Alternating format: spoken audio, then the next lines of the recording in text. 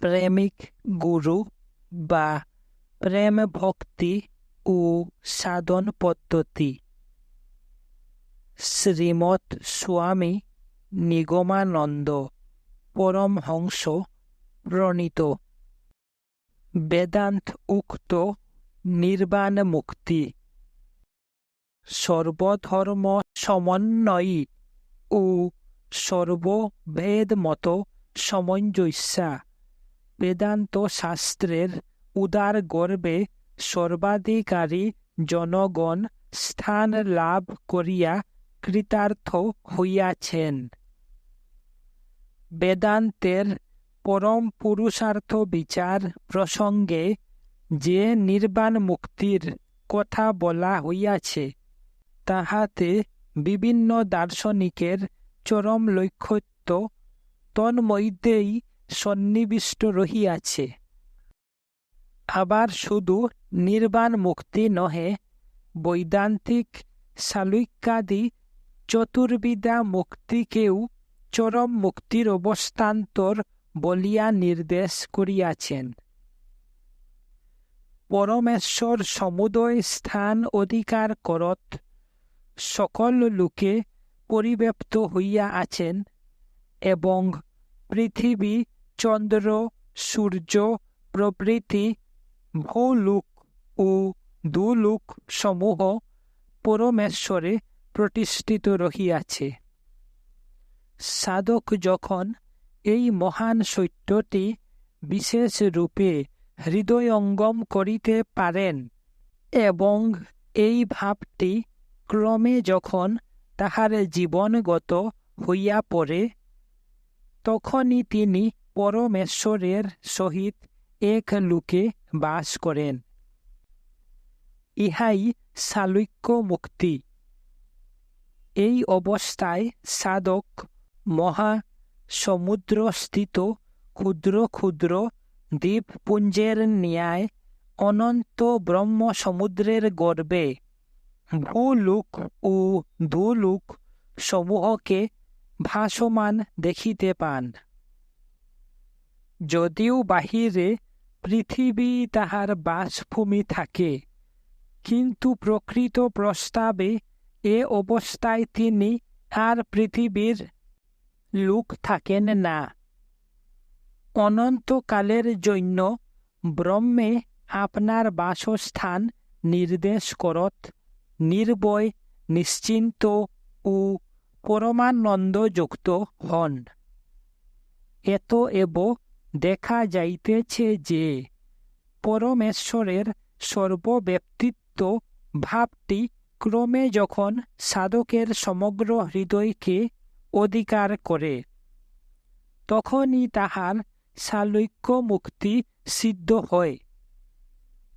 সাধকের এইরূপ সালোক্য মুক্তির অবস্থা ক্রমে যখন অপেক্ষাকৃত গভীরতা প্রাপ্ত হয়, অর্থাৎ পূর্বোক্ত প্রকারে ব্রহ্মদর্শন বা ব্রহ্মসত্তা অনুভবের ভাব যখন সাধকের অন্তশ্চক্ষুর নিকট উজ্জ্বলতর মূর্তি ধারণ করে, প্রেমময়ের প্রেমানন্দ যখন তিনি সকল স্থানেই নিঃসংশয় রূপে দেখিতে পান, যেদিকে দৃষ্টিপাত করেন সেই দিকেই যখন তাহার চক্ষু বিশ্বত চক্ষুর উজ্জ্বল চক্ষুর উপরে পতিত হইতে থাকে, সেই অবস্থার নামই সামীপ্য মুক্তি। যখন সাধকের এই রূপ সামীপ্য মুক্তির অবস্থা ক্রমে আরও গভীর ভাব ধারণ করে এবং যখন তিনি পরমাত্মায় সংলগ্ন হইয়া অবস্থিতি করত আনন্দ সুধাপানে নিযুক্ত হয়েন, তখনই তাহার সেই অবস্থাকে সার্ষ্টি মুক্তি কহে। আর যখন ব্রহ্মকে আপনার সহিত অভেদ রূপে অনুভব করেন, তখন সেই অবস্থার নাম সারূপ্য মুক্তি। তদন্তর ক্রমে যখন সাধক ব্রহ্মসত্তা সাগরে মগ্ন হইয়া আপনার নিজ সত্তা পর্যন্ত হারাইয়া বসেন, অর্থাৎ ক্রমে যখন তাহার বুদ্ধি মন ব্রহ্মে লয় বিলয় প্রাপ্ত হয়, তখনই তাহার সেই অবস্থাকে নির্বাণ বা চূড়ান্ত মুক্তি বলে। তাই বৈদান্তিক বলিয়াছেন, বিশেষ রহিত যে ব্রহ্মাবস্থা বেদে, তাহাকেই মুক্তি বলেন। সুতরাং মুক্তি পদার্থ এক প্রকার ব্যতীত নানা প্রকার হইতে পারে না। তবে সালোক্যাদি রূপ যে বিশেষ কথন আছে, তাহা কেবল সাধকের অনুরাগ বা জ্ঞানের গভীরতার তারতম্য মাত্র। নতুবা মুক্তি পদার্থ যাহাকে বলে, তাহা ব্রহ্ম হইতে মনুষ্য পর্যন্ত সকলেরই এক রূপ। জ্ঞানের পরিপুষ্ট অবস্থায় সাধক যখন ব্রহ্মস্বরূপে আত্মস্বরূপ উপলব্ধি করেন, তখনই তাহার চূড়ান্ত বা নির্বাণ মুক্তি লাভ হয়। এক্ষণে নির্বাণ কি, তাহা আলোচনা করা যাউক। অদ্বৈতবাদী বেদান্তিকের ব্রহ্ম নির্বাণ শুনিয়া অনেক অনধিকারী ব্যক্তি তাহা হৃদয়ঙ্গম করিতে না পারিয়া, কেহ বা কি রূপ অর্থে নির্বাণ শব্দ ব্যবহৃত হয় না বুঝিয়া বেদান্ত মতে দোষারোপ করত অনেক ঠাট্টা বিদ্রূপ করিয়া থাকে। অনভিজ্ঞের বিজ্ঞতা বিজ্ঞান বিরুদ্ধ। বিশেষত বিজ্ঞ ব্যক্তি অজ্ঞের কথায় চিরকালই অবজ্ঞা করিয়া থাকেন। তাহাদের নিকট নির্বাণ অনাস্বাদিত মধুবৎ, অর্থাৎ যে কোনো মধু খায় নাই, তাহার নিকট যেমন মধুর আস্বাদ, কুমারীর নিকট যেমন স্বামী সহবাস সুখ, একটা কি জানি কি রকমের। কাজেই তাহারা ব্রহ্ম নির্বাণ ধারণা করিতে না পারিয়া মুন্সিয়ানা চালে বলিয়া থাকে যে, নির্বাণ অর্থে আমরা নিবিয়া যাইতে চাই না, আমরা চিনি হব না, চিনি খাইতে চাই। চিনি খাইতে মিষ্টি বটে, কিন্তু চিনি হইলে তাহা সেবন করিয়া সমগ্র জীবের যে আস্বাদ আনন্দ তোমার ভিতরে অভিব্যক্তি হইবে, নিজের চিনির আস্বাদ কতটুকু? আর সমগ্র জীবের আস্বাদ নিজের ভিতরে উপলব্ধি করার সুখ তাহার কোনাংশ নহে। চিনির আস্বাদ লুলুপ স্বার্থপর ব্যক্তি কি আর ভক্তপ্রবর শ্রীমৎ কবিরাজ গোস্বামীদের? চৈতন্য চরিতামৃতে বলা হয়েছে, গোপিকা দর্শনে কৃষ্ণের যে আনন্দ হয়, তাহা হইতে গোপীগণ কুটি আস্বাদয়। এই গোপীভাবের নিগূঢ় তত্ত্ব হৃদয়ঙ্গম করিতে পারে।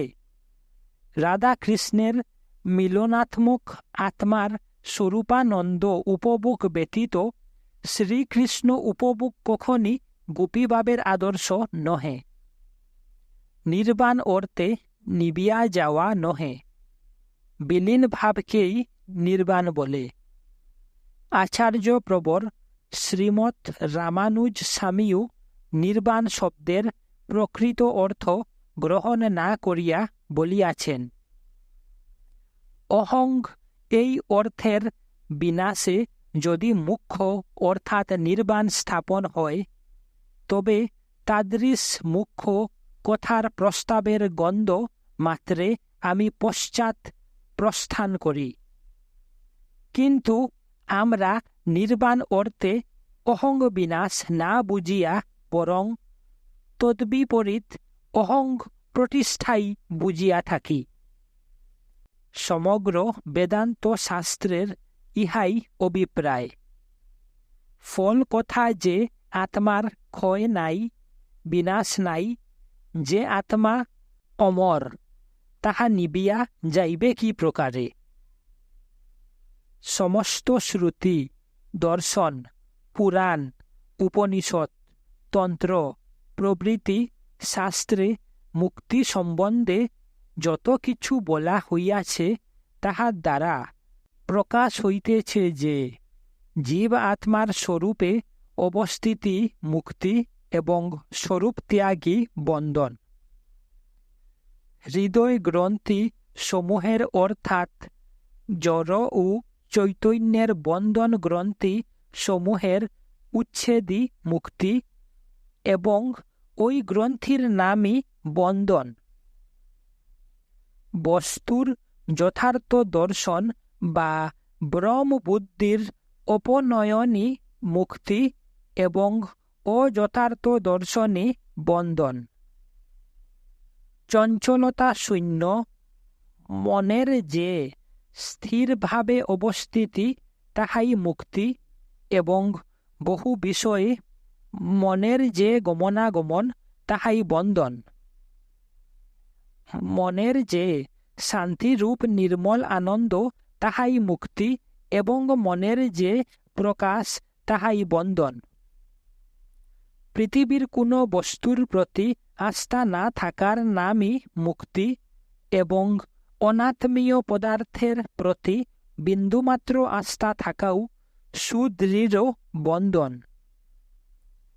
অনিত্য সংসারের সমস্ত সংকল্প ক্ষয় হওয়ার নাম মুক্তি এবং সংকল্প মাত্রেই বন্ধন।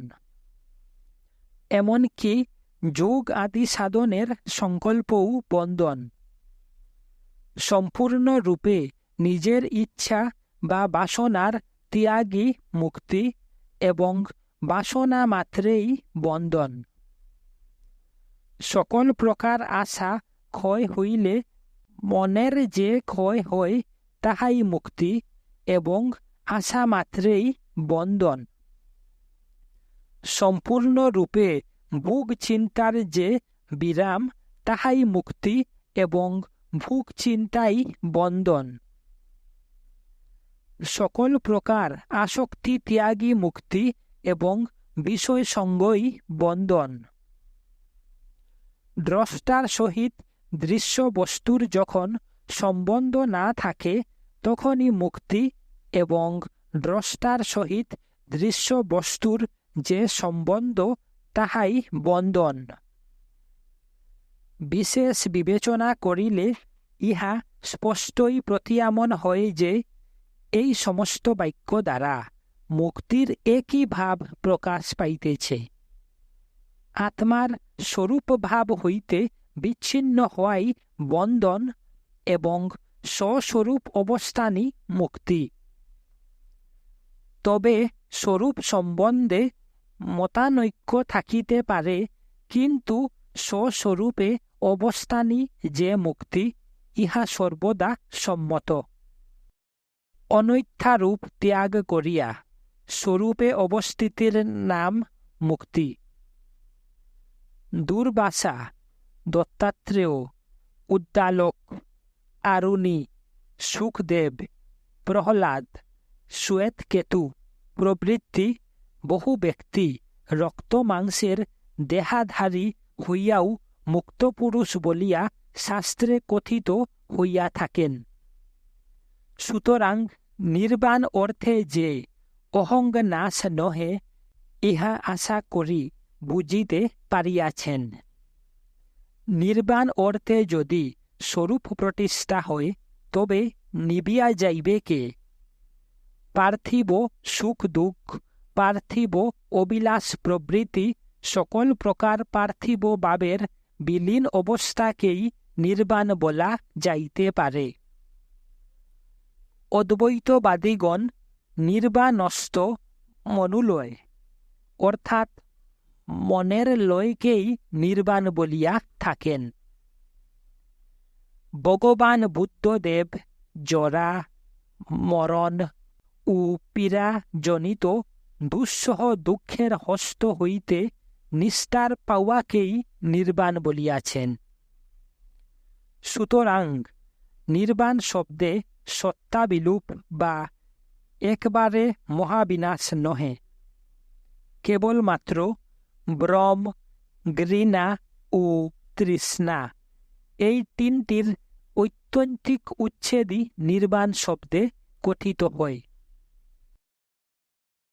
প্রফেসর মুখ্যমূলার নির্বাণ শব্দের অর্থ করিয়াছেন, If we look in the Dhammapada at every passage when Nirvan is mentioned, there is not one which would require that its meaning should be annihilation, while most of all would become perfectly unintelligible if we assigned to the word Nirvan that signification.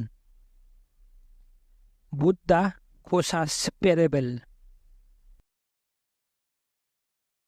জ্ঞান গরিষ্ঠ ঋষি শ্রেষ্ঠ বশিষ্ঠদেব বলিয়াছেন, যে যে বস্তু সৎরূপে বিদ্যমান আছে তাহাতে যে আস্থা পরিত্যাগ, তাহাই মনোনাশ এবং অবিদ্যানাশ, এবং অনাস্থারূপ যে মনোনাশ তাহাই নির্বাণ।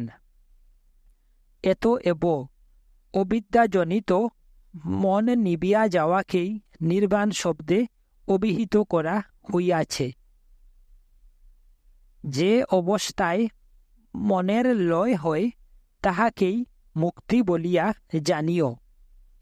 অদ্বৈত মত প্রতিষ্ঠাতা শিবাবতার ভগবান শঙ্করাচার্য বলিয়াছেন, কাহার বিনাশে জীবের মুক্তি হয়? মনের নাশ হইলে। সুতরাং মুক্তির চরম অবস্থাকেই ব্রহ্ম নির্বাণ বলা যাইতে পারে। যখন সাধক শান্তাদি গুণযুক্ত হইয়া পরমেশ্বরকে আত্মস্বরূপে অবলোকন করেন, সেই ব্যক্তি তখন পরম রসানন্দ স্বরূপ জ্যোতির্ময় অদ্বৈত পরব্রহ্মে আত্মস্বরূপে অবস্থিতি করেন। ইহাকেই ব্রহ্ম নির্বাণ বলে। গুণ অর্থাৎ প্রকৃতি দেবী যখন পুরুষ ত্যাগিনী হন, অর্থাৎ যখন তিনি আর পুরুষের বা আত্মার সন্নিধানে মহৎ ও অহংকারাদি রূপে পরিণতা হন না, পুরুষকে বা চিৎস্বরূপ আত্মাকে রূপ রস আদি কোন রূপ আত্মবিকৃতি দেখাইতে পারেন না। পুরুষ যখন নির্গুণ হন, অর্থাৎ যখন প্রকৃতি ও প্রাকৃতিক বিকার আত্মচৈতন্যে প্রদীপ্ত হয় না, আত্মাতে যখন কোনো প্রকার প্রকৃতি ও প্রাকৃতিক দ্রব্য প্রতিবিন্বিত না হয়, আত্মা যখন চৈতন্য মাত্রে প্রতিষ্ঠিত থাকেন, বিকার দর্শন হয় না, ওই রূপ নির্বিকার বা কেবল হওয়াকেই কৈবল্য বা নির্বাণ মুক্তি বলে। ইহাই সর্বপ্রকার মতাবলম্বীগণের পরম পুরুষার্থ বিচারের বিশ্রামভূমি। এত এব বেদান্তুক্ত নির্বাণ মুক্তিকেই জ্ঞানী মাত্রেরই চরম লক্ষ্য হওয়া কর্তব্য।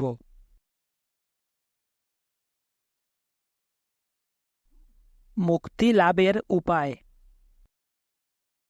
বেদান্তুক্ত নির্বাণ মুক্তিতেই যখন সর্বমতবাদীদিগের পরম পুরুষার্থ রূপ চরম লক্ষ্যত্ব লক্ষিত হইতেছে, তখন তো লাভেই সকলের যত্ন করা কর্তব্য। স্বরূপ প্রতিষ্ঠায় নির্বাণ মুক্তি সাধিত হয়। সুতরাং স্বরূপ সম্বন্ধে জ্ঞান না থাকিলে তাহা প্রতিষ্ঠিত হইবে কি রূপে? এই হেতু মুমুক্ষ ব্যক্তি সর্বাগ্রে স্বরূপের অনুসন্ধান করিবে। আমরা বেদান্ত মতের পক্ষপাতী, কাজেই এ স্থলে বেদান্ত প্রতিপাদিত স্বরূপের অনুসরণ করিব। বেদান্ত মতে ব্রহ্ম ব্যতীত আর কিছু নাই, কিন্তু কিছু থাকিতে পারে না, কেননা এ জগৎ সমুদায় ব্রহ্ম। যেহেতু তজ্জ তাহা হইতে জন্ম, তল্ল তাহাতে লীন হয় এবং তদন তাহাতে স্থিতি করে বা চেষ্টিত হয়। সুতরাং বৃক্ষ, লতা, নদী, পর্বত, জীব, জন্তু, গ্রহ, নক্ষত্রাদি যে কিছু বস্তু আমরা পৃথিবীতে দেখিতেছি, এ সমস্তই ব্রহ্ম। কারণ এক ব্রহ্ম বস্তু ভিন্ন দ্বিতীয় বস্তু কোথা হইতে আসিবে? পরব্রহ্ম অনাদি ও অনন্ত। অনন্ত বস্তুর সত্তা স্বীকার, তদ্ভিন্ন আর কোনো বস্তুর স্বতন্ত্র সত্তা স্বীকার্য হইতে পারে না। কারণ অনন্ত সত্তা এক বই দুই হইতে পারে না। যে বস্তু অনন্ত তাহা সর্বত্র ব্যাপ্ত। যাহা অনন্ত রূপে সর্বব্যাপী, তদ্ভিন্ন অন্য কোনো বস্তুর স্বতন্ত্র সত্তা স্বীকার করিলে আর অনন্ত বস্তুর সর্বব্যাপ্তিত থাকে না। যে বস্তু অনন্ত তাহাতে সমস্ত বস্তুই অবস্থান করিতেছে। এ কথা যদি প্রমাণ্য ও সত্য হয়, তবে এই পরিদৃশ্যমান জগতের স্বতন্ত্র সত্তা অসত্য। জগৎ আবার অনন্ত সত্তা হইতে বিভিন্ন হইবে কি রূপে?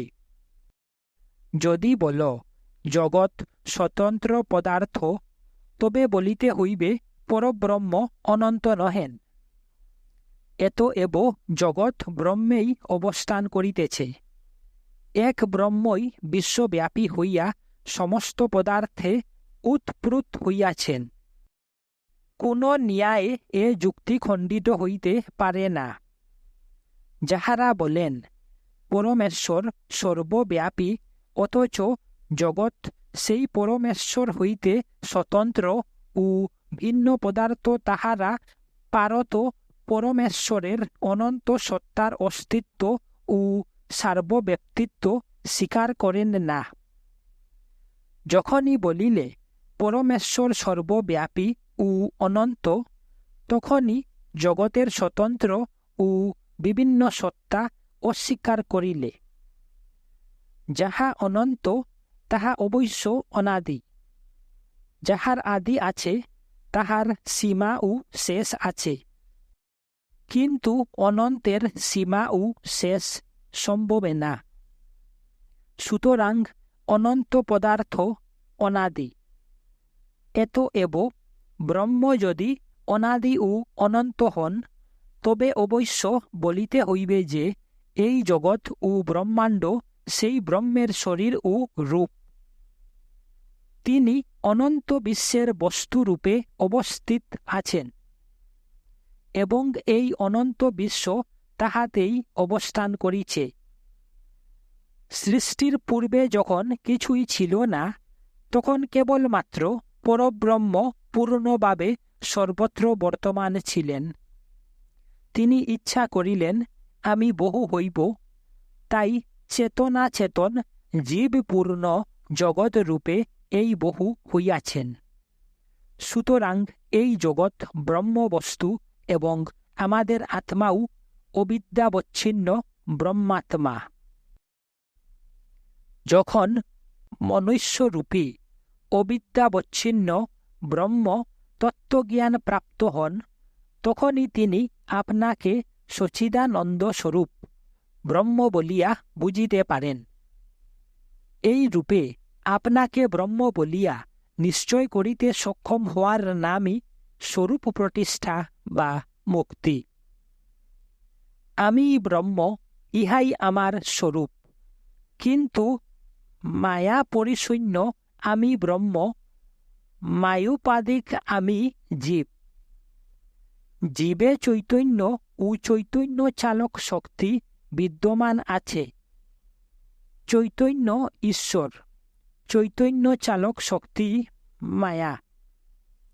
যেমন বাসনা সহযোগে জীব নানা রূপী নানা ক্রিয়া পরতন্ত্র হইয়া রহিয়াছে, তদ্রূপ মায়ার সহযোগে চৈতন্য নানা ক্রিয়াময় হইয়া জগৎ ও জীব রূপে প্রকাশ হইয়াছেন।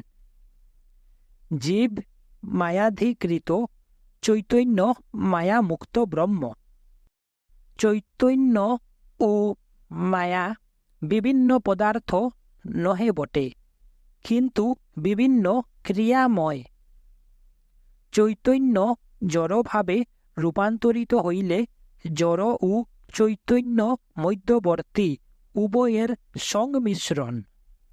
চৈতন্য প্রকাশিত শক্তিকে মায়া বা ঈশ্বর বাসনা বলে। যদি চৈতন্য ক্রিয়াপর অবস্থায় অবস্থিত না হন, তাহা হইলে মায়া চৈতন্যে লয় পায়। মায়া লয় পাইলে জগৎ লয় পায়।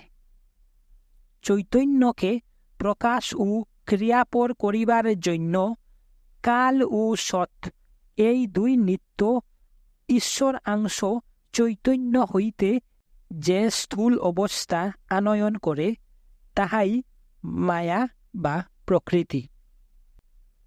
এতএব তাহাই মায়া বা প্রকৃতি। এতএব চৈতন্যই বাসনাতে পরিবর্তিত। সূর্য যেমন আপন শক্তিতে স্থূল ভূত রূপে জল বর্ষণ করেন, আবার সূক্ষ্মভাবে উহা গ্রহণ করেন, সেই রূপে ঈশ্বর বাসনাযুক্ত হইয়া জীব হয়েন, আবার বাসনা বিসুক্ত হইলে স্বয়ং হয়েন। ঈশ্বর চৈতন্যের আকর। তাহার সক্রিয় ভাব বাসনা তাহাতেই লীন হয় বা হইতে পারে। যে অংশে বাসনা নাই, সেই অংশ নিত্য ও সর্বাধার রূপে বর্তমান। একই আত্মা মনের বহুত্বে নানা রূপে প্রকাশিত। সুতরাং জীব অসংখ্য, আত্মা অসংখ্য নহে। একই আত্মা দেহ পরিচ্ছেদে নানা দেহে ভেদ প্রাপ্তের ন্যায় বিরাজ করিতেছেন। মন প্রতি শরীরে বিভিন্ন, সুতরাং সুখ দুঃখ, সুখ সন্তাপ, জন্ম মৃত্যু, বন্ধন ও বিমুক্তি প্রবৃত্তিও ভিন্ন। এক এবং অদ্বিতীয় ব্রহ্মের কার্যকারণ ভাব জন্য জীব ও ঈশ্বর ভেদে দুই প্রকার উপাধি হইয়াছে।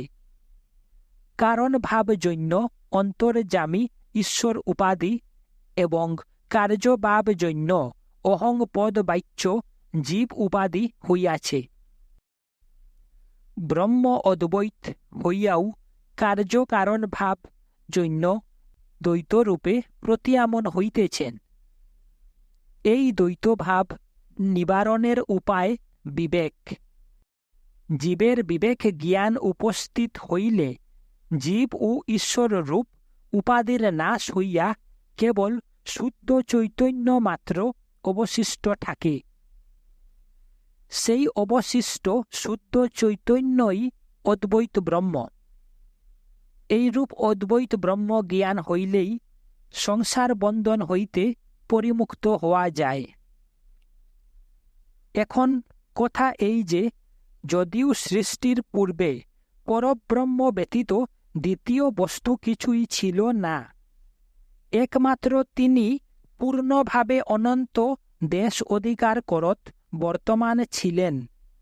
যদিও এই জগতের উপাদান সকলকে তিনি বাহির হইতে আহরণ করেন নাই, তাহার ইচ্ছায় তদীয় শক্তি হইতেই এ সমস্ত উৎপন্ন হইয়াছিল। যদিও তিনি ইহার সর্বস্ব, তথাচ পশু পক্ষী বৃক্ষ লতা চন্দ্র সূর্য প্রভৃতি যাহা কিছু দেখিতেছি, এ সমস্তই যে জড় ও জীব ভাবাপন্ন ব্রহ্ম, এ কথা নিম্নাধিকারী জনগণ বিশ্বাস করিতে পারে না। উপরন্তু বিজ্ঞতা করিয়া বলিয়া থাকে। জ্ঞানময় ব্রহ্ম ইচ্ছা করিয়া অজ্ঞানাচ্ছন্ন জীব ও জড়জড় রূপে পরিণত হইলেন, এ কথা অদৌগ্রাহ্য নহে। আমরা যে সেই সচিদানন্দ স্বরূপ ব্রহ্ম ইচ্ছা করিয়া অবিদ্যাবচ্ছিন্ন হইয়া সংসার তাপে তাপিত হইতেছি এবং আমার সম্মুখস্থ ওই দস্যুগণ এবং ওই শিবিকা বাহকগণও সেই ব্রহ্ম, অবিদ্যাবচ্ছিন্ন হইয়া এক্ষণে এই মর্তলোকে জীবিকার জন্য সৎ সৎ কার্য সকল সম্পাদন করিতেছি, এ কথা উন্মাদ না হইলে গ্রাহ্য করা যায় না। প্রত্যক্ষ দৃষ্ট জীব জগৎকে যাহারা মিথ্যা বলিতে সংকোচ করে না, তাহাদিগকে নির্লজ্জ নাস্তিক ব্যতীত মুক্ত পুরুষ কে বলিবে? বেদান্তবাদী কিরূপ অর্থে জগৎ মিথ্যা এই ভাবটি গ্রহণ করেন তাহা না বুঝিতে পারিয়া ভেদবাদীগণ ওই রূপ প্রতিবাদ করিয়া থাকে। আচার্যপাদ রামানুজু ইহার হস্ত হইতে নিস্তার পান নাই। বৈদান্তিক বলেন, অজ্ঞানাবস্থায় রজ্জুতে সর্প জ্ঞান, সুক্তিতে রজত্ব জ্ঞান যেমন সত্য, তদ্রূপ অজ্ঞানাবস্থায় জগৎও ব্যবহারিক জ্ঞানে সত্য। কিন্তু ভ্রম দূর হইলে যেমন সর্প ও রজত জ্ঞান অন্তর্হিত হইয়া রজ্জু ও শক্তি মাত্র বর্তমান থাকে, তদ্রূপ জ্ঞানাবস্থায় জগৎ ব্রহ্মময় হইয়া যায়, তাই জগৎ অসত্য। অবস্তুতে বস্তুজ্ঞানের ন্যায় মিথ্যা নহে, শূন্য সর্পব্রহ্ম নহে, রজ্জুতে সর্পব্রহ্ম মাত্র। সুতরাং যতক্ষণ ব্রহ্ম ততক্ষণ সর্প সত্য, কিন্তু ব্রহ্ম অন্তর্হিত হইলে রজ্জু জ্ঞান হয়। তদ্রূপ অজ্ঞানাবস্থায় ব্রহ্মে জগৎ ব্রহ্ম হয়। যতক্ষণ ব্রহ্ম থাকে ততক্ষণ জগৎও সত্য, কিন্তু ব্রহ্ম দূর হইলে জগতের পরিবর্তে ব্রহ্মই অবশিষ্ট থাকেন। তখন কাজেই জগৎ মিথ্যা। ব্যবহারিক জ্ঞানে জগৎ সত্য, কেবল পারমার্থিক জ্ঞানে মিথ্যা মাত্র। এতদ্রূপে অজ্ঞান অবস্থায় ব্যবহারিক জীব, জ্ঞানাবস্থায় পারমার্থিক ব্রহ্ম। তত্ত্বম অসি বাক্য দ্বারা আত্মাকে প্রতিপন্ন করা হইয়াছে এবং নেতি নেতি বাক্য দ্বারা এই মিথ্যাভূত পাঞ্চভৌতিক জগৎকে নিরাশ করিয়া শ্রুতিবাক্য সকল এক পরিশুদ্ধ আত্মাকেই প্রতিপন্ন করিয়াছেন। তত্ত্বম অসি বাক্যটির তৎপদের অর্থ পরিশুদ্ধ পরমাত্মা ও তং পদের অর্থ ব্যবহারিক জীবাত্মা। এই তৎ ও তং পদের যে ঐক্য, তাহাই অসি পদের দ্বারা সাধিত হয়। যদি বল সর্বজ্ঞ পরমাত্মার সহিত অল্পজ্ঞ জীবাত্মার ঐক্য কি প্রকারে সম্ভব হয়, তো জন্য বলিতেছেন তৎ ও তং পদার্থ স্বরূপ ঈশ্বর ও জীবের পরোক্ষত্ব। সর্বজ্ঞতাদি তো অপরোক্ষ। অল্প জ্ঞতাদি রূপ যে বিরুদ্ধ অংশ সকল তাহা পরিত্যাগপূর্বক তং পদটি শোধন করিয়া লক্ষণ দ্বারা লক্ষিত ঈশ্বর ও জীবের অবিরুদ্ধাংশ স্বরূপ চিৎ পদার্থ মাত্রকে, যাহা অস্থি ভাতি ও প্রীতিরূপে সর্বাবস্থায় স্ফূর্তি পাইতেছে, গ্রহণ করিলে ব্রহ্ম চৈতন্য এবং জীব চৈতন্য মধ্যে কেবল এক চৈতন্য অবশিষ্ট থাকেন। সুতরাং চৈতন্য পক্ষে ঐক্য সম্ভব হয়। পাঠক, অদ্বৈতবাদী বৈদান্তিক কি রূপে জীব ব্রহ্মের ঐক্য করিয়াছেন বোধ হয় বুঝিয়াছ। জীব ব্রহ্মের নির্গুণ একত্ব প্রতিপাদনই অদ্বৈতবাদীর লক্ষ্য, নতুবা গুণের একত্ব মূর্খেও কল্পনা করিতে পারে না। তবে ঐক্য শব্দে ইহা বিবেচনা করা উচিত নয় যে দুই বস্তুর পরস্পর সংযোগ দ্বারা ঐক্য করা। ঐক্য অর্থাৎ একতা ভাব, ইহা একই, এরূপ জ্ঞাত হওয়া। যে বস্তু পূর্বে ছিল এবং এক্ষণে যে বস্তু রহিয়াছে, সেই বস্তু। সেই বস্তু এক এবং এই বস্তু অন্য, এরূপ ভাব নহে। কেবল সেই বস্তুই ভ্রমবশত অন্য বস্তু বলিয়া কল্পিত হইতেছে মাত্র। সুতরাং এরূপ স্থলে দ্বৈততা স্বীকার্য নহে, ভ্রম মাত্র। সুতরাং এ স্থলের ঐক্য দ্বারা দুই বস্তুর একতা বুঝাইতেছে না, কেবল স্মরণ করাইয়া দিতেছে যে পূর্বে তুমি যা ছিলে সেই তুমি এই হইয়াছ। ব্যবহারিক জ্ঞানের জীব, পারমার্থিক জ্ঞানে ব্রহ্ম। সুতরাং জীবের স্বরূপই ব্রহ্ম। আমার স্বরূপ ব্রহ্ম অর্থাৎ আমিই ব্রহ্ম, এইরূপ ঐক্য জ্ঞানে যাহার প্রতীতি বা দৃঢ় প্রত্যম জন্মিয়াছে তিনি মুক্ত। ব্রহ্মই সত্য, তদ্ব্যতিরিক্ত সমস্তই অসৎ। অবিদ্যা প্রভাবে ব্যবহারিক দশার স্বপ্ন সদর্শনের ন্যায় অসৎকে সৎ বলিয়া প্রতীতি হয় মাত্র। যেমন ঘুম ভাঙ্গিলে মানুষ, যে মানুষ সেই মানুষ, তাহার স্বপ্নদৃষ্ট সুখের রাজ্যাদি অন্তর্হিত হয়, সেই রূপ অবিদ্যার ঘুম ভাঙ্গিলে জীবস্বরূপ প্রাপ্ত হয়। যেমন দর্পণের অভাব হইলে তদগত প্রতিবিম্বেরও অভাব হয়, তখন উপাধিরহিত মুখ মাত্রই অবশিষ্ট থাকে। তদ্রূপ বুদ্ধির অভাব হইলে প্রতিবিম্বরহিত যে আত্মা স্বস্বরূপে অবস্থিত থাকে, সেই পরমার্থ সত্য নিত্যোপলব্ধিস্বরূপ আত্মাই আমি। যাহার এইরূপ জ্ঞান হইয়াছে তিনি মুক্ত।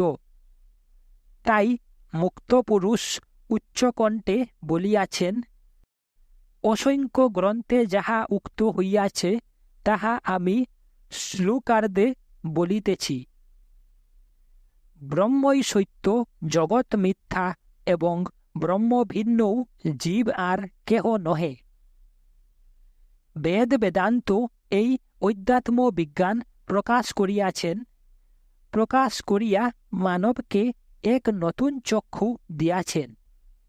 তাহাই গুরু নেত্র বা জ্ঞান চক্ষু। সদ্গুরুর কৃপায় জীবের এই চক্ষু উন্মিলিত হইলে জীব আত্মস্বরূপ লাভ করিয়া কৃতকৃতার্থ হইয়া মুক্ত হন। পরাবর অর্থাৎ কার্যকারণ স্বরূপ সেই পরমাত্মা জীব কর্তৃক অধিগত হইলে তাহার হৃদয় দ্বিধাকৃত হয়ে সকল সংশয় ছিন্ন হয় এবং ত্রিবিধ কর্মই ক্ষয়প্রাপ্ত হয়। সুতরাং তাহার আর পুনর্জন্ম হয় না, সে নির্বাণ মুক্তি লাভ করে। এতএব একমাত্র বেদান্ত প্রতিপাদিত ব্রহ্মজ্ঞানই মুক্তিলাভের উপায়। সেই জ্ঞান দ্বিবিধ, এক পরোক্ষ জ্ঞান, অপর অপরোক্ষ জ্ঞান। প্রথমত ব্রহ্মস্বরূপ উপলব্ধ হইয়া পরোক্ষ জ্ঞান জন্মে, তৎপরে যখন ব্রহ্মস্বরূপ স্বস্বরূপে উপলব্ধি হয় তখন অপরোক্ষ জ্ঞান জন্মিয়া নির্বাণ মুক্তি প্রদান করে। ব্যবহারিক দশায় জীবেশ্বরে স্বগত ভেদ। স্থূল কথায় ব্রহ্ম খাঁটি সোনা আর জীব খাদ মিশানো সোনা। তবে কেহ বা অল্প খাদের আর কেহ বা অধিক খাদের, তাই জীবে জীবে বিভেদ দৃষ্ট হয়। অনেক খাদে অল্প মূল্যের সোনা আর অল্প খাদে অধিক মূল্যের সোনা। কিন্তু খাঁটি সোনা কেউ সোনা বলে, আর অল্পাধিক যেরূপ খাদ মিশাইন হোক তাহাকেও সোনা বলে। তবে তাহাদের মধ্যেও স্বগত ভেদ আছে, বর্ণের ও গুণের পার্থক্য আছে। কিন্তু স্বর্ণকার যেমন আগুনে গলাইয়া পদার্থ বিশেষের সাহায্যে তাহাকে পুনরায় পাকা সোনা করিতে পারে, এবং তখন খাঁটি সোনার সহিত তাহার কোনো পার্থক্য থাকে না, তদ্রূপও জীব বাসনা কামনার খাদে ব্রহ্ম হইতে স্বগত ভেদ সম্পন্ন সেই বাসনা কামনার বা অবিদ্যার খাদ জ্ঞানের হাপরে গলাইয়া দূরীভূত করিতে পারিলে মুক্ত হইয়া জীব যে ব্রহ্ম সেই ব্রহ্ম হইয়া থাকে। ইহাই মুখ্য লাভ, ইহারই নাম কৈবল্য প্রাপ্তি। ইহাতেই দ্বৈত নিরোধ বা অদ্বৈত সিদ্ধি। যাহার লাভ হইতে আর লাভ নাই, যাহার জ্ঞান হইতে আর জ্ঞান নাই, যে সুখ হইতে আর সুখ নাই, তাহাকেই ব্রহ্ম বলিয়া জানিবে। সুতরাং ব্রহ্মে আত্মস্বরূপ উপলব্ধি অপেক্ষা আর পরম পুরুষার্থ কি হইতে পারে? ইহারই নাম নির্বাণ মুক্তি। আত্মজ্ঞান দ্বারাই মুক্তিলাভ হইয়া থাকে। একমাত্র জ্ঞানই মুক্তিলাভের উপায়।